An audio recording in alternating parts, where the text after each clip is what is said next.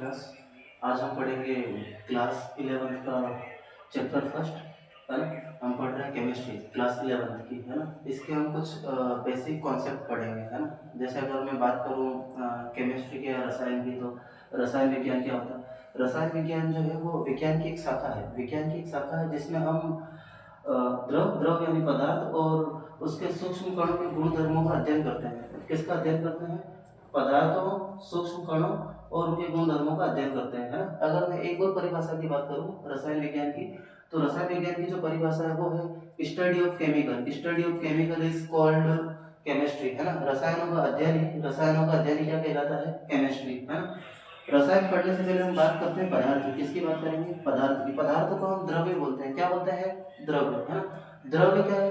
हर वो वस्तु जिसका कुछ द्रव्यमान हो, है ना, और वो स्थान घेरे, उसे हम बोलते हैं पदार्थ। सपोज दैट मैं मार्कर की बात कर रहा हूँ, ये मार्कर जो है, ये जो मार्कर है ना, ये क्या है? पदार्थ है। क्यों? क्योंकि इसका कुछ वजन है या थोड़ा बहुत द्रव्यमान है। अगर हम इस मार्कर को कहीं रखेंगे तो ये क्या करेगा? जगह घेरेगा। इसका मतलब ये क्या है? पदार्थ है।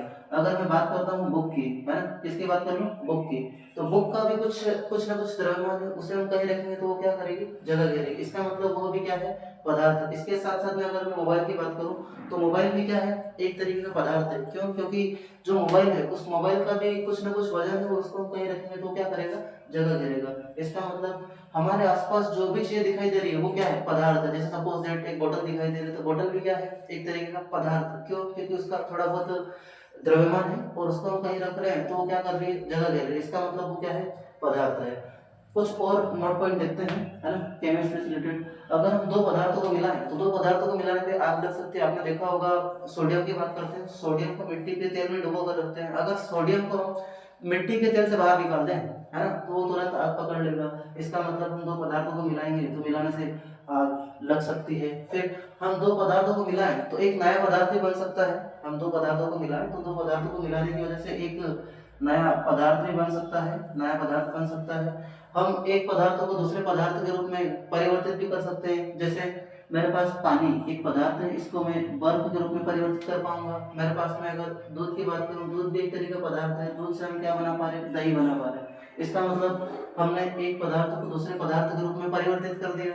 बात आपको समझ में नहीं आ रही? हाँ, चलो थोड़ी पदार्थों की जानकारी लेते हैं। जो पदार्थ होते हैं वो दो प्रकार के होते हैं। एक होता है शुद्ध पदार्थ और एक होता है मिश्रण। एक होता है शुद्ध पदार्थ और दूसरा होता है हमारा मिश्रण, है ना। अगर शुद्ध पदार्थ की बात करूं तो जो शुद्ध पदार्थ है इसके दो टाइप होते हैं, दो प्रकार होते हैं।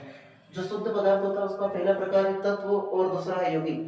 तत्व की बात करें, जो तत्व होता है वो एक ही प्रकार के परमाणु से मिलकर बना होता है। जो तत्व होता है ना, वो एक ही प्रकार के परमाणु से मिलकर बना होता है। जैसे हाइड्रोजन की बात कर लें तो हाइड्रोजन में सिर्फ हाइड्रोजन के परमाणु, है ना। क्लोरीन की बात करें तो क्लोरीन में सिर्फ क्लोरीन के परमाणु। कैल्शियम की बात करें तो कैल्शियम में सिर्फ कैल्शियम के परमाणु, है ना।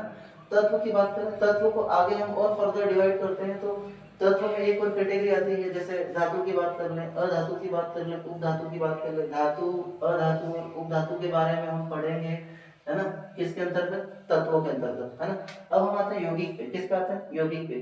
दो या दो से अधिक प्रकार के परमाणु, दो या दो से अधिक प्रकार के परमाणु को जब हम निश्चित अनुपात में मिलाते हैं, जब हम दो या दो से अधिक प्रकार के परमाणु निश्चित अनुपात में मिलाते हैं तो उसे हम कहते हैं यौगिक। क्या कहते हैं? यौगिक। जैसे जल की बात करूं, जल एक यौगिक है।